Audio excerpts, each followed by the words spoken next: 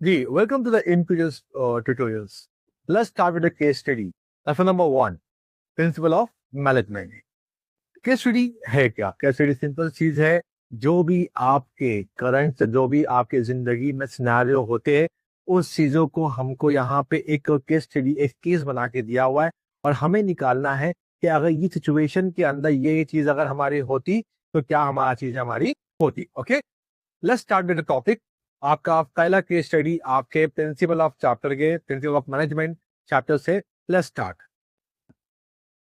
Mister Asher is a entrepreneur, यानी कि यहाँ पे पहला बात बोल दिया गया, ये क्या है? हमारा एक एंटरप्रेन्योर है। ओके, ये हमारा एक एंटरप्रेन्योर है and engage in a production of a eco-friendly utensil, both male and female. Okay, यहाँ पे तो आपका एक काम वो करता है यूटेंसिल, यानी कि एक तरीके का ये आपका बर्तन होते हैं जो कि नेचुरल प्रोसेस से आपके बनते हैं। मिट्टी के जैसे बर्तन कैसे हमारे होते हैं वैसे आपके बर्तन होते हैं। Okay, eco friendly utensil. Male and female are working in a factory. All the male employee are directly working in machine. यानी कि मेल जो है वो काम किस पे कर रहे हैं? आप पे मशीन पे कर रहे हैं। और female employ are working in a packaging department. Female employ जो है आपकी पैकेजिंग डिपार्टमेंट में काम करे। यानी कि ये बात हमारी क्लियर हो गई है कि यहाँ पे आप डिपार्टमेंट वाइज हम यहाँ पे काम देख रहे हैं एंड डिपार्टमेंट यहाँ पे काम आते हैं। यहाँ पे दो लेसन हमारे दिमाग में आते हैं।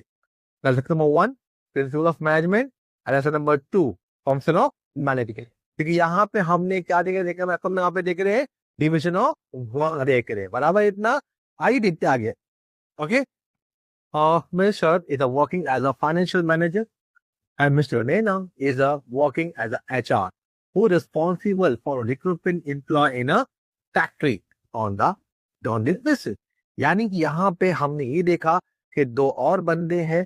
एक अपने शरद जो है वो फाइनेंस डिपार्टमेंट के अंदर मैनेजर है और मिसेस नैना जो है वो आपके HR है और रिस्पॉन्सिबल है रिक्रूटमेंट करने की। यानी कि ये आपका जो बंदे जो काम करेंगे, कौन सा डिपार्टमेंट, कौन से बंदे काम करेंगे, कौन से किस तरीके से काम करेंगे, वो रिक्वायरमेंट पूरी कौन करेगा? नैना। क्वेश्चन देखते हैं यार, क्वेश्चन में क्या पूछा गया? Identify any one of the principle in the above cases. अब यहाँ पे आपने क्या क्या देखा था? हमारा डिविजन ऑफ वर्क। सीधा दिमाग में एक चीज हमको दिखता था हमारा, मेल क्या काम कर रहे हैं? मेल यहाँ पे काम कर रहे हैं मशीन पे, और फीमेल यहाँ पे क्या काम कर रहे हैं? हमारे यहाँ पे जिसको जो काम दिया गया वही काम गया है। अथॉरिटी, रिस्पॉन्सिबिलिटी, डिसिप्लिन, बराबर ना? इतना जिससे जो काम दिया गया वो बंदा वही काम करेगा। मेल जो है वो काम क्या करेगा? मशीन पे। और फीमेल काम क्या करेंगी? पैकेजिंग पे। मेल रिस्पॉन्सिबल है आपके मशीन्स के और फीमेल रिस्पॉन्सिबल है पैकेजिंग के। यानी कि यहाँ पे डिविजन ऑफ वर्क देखने मिल रहा है, अथॉरिटी रिस्पॉन्सिबिलिटी देखने मिल रहा है और यहाँ पे डिसिप्लिन भी देखने को मिल रहा है। लेकिन यहाँ पे सिर्फ एनी वन बोला है, you can write any of that. Okay, मैंने यहाँ पे देखा हूं, मैंने यहाँ पे डिविजन ऑफ वर्क, तो सबसे पहला मैंने यहाँ पे डिविजन ऑफ वर्क मैंने यहाँ पे लिखा।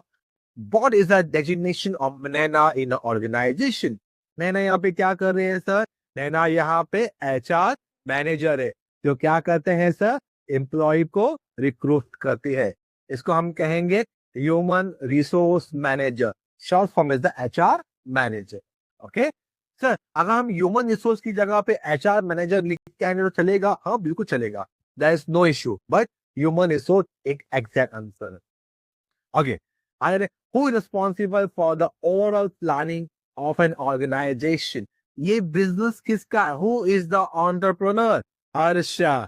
तो यहाँ पे अगर entrepreneur अगर हर्षद है तो यहाँ पे ओवरऑल प्लानिंग की रिस्पॉन्सिबिलिटी और कंपनी की रिस्पॉन्सिबिलिटी किसके वाइड हमारी होंगी? हर्षद की।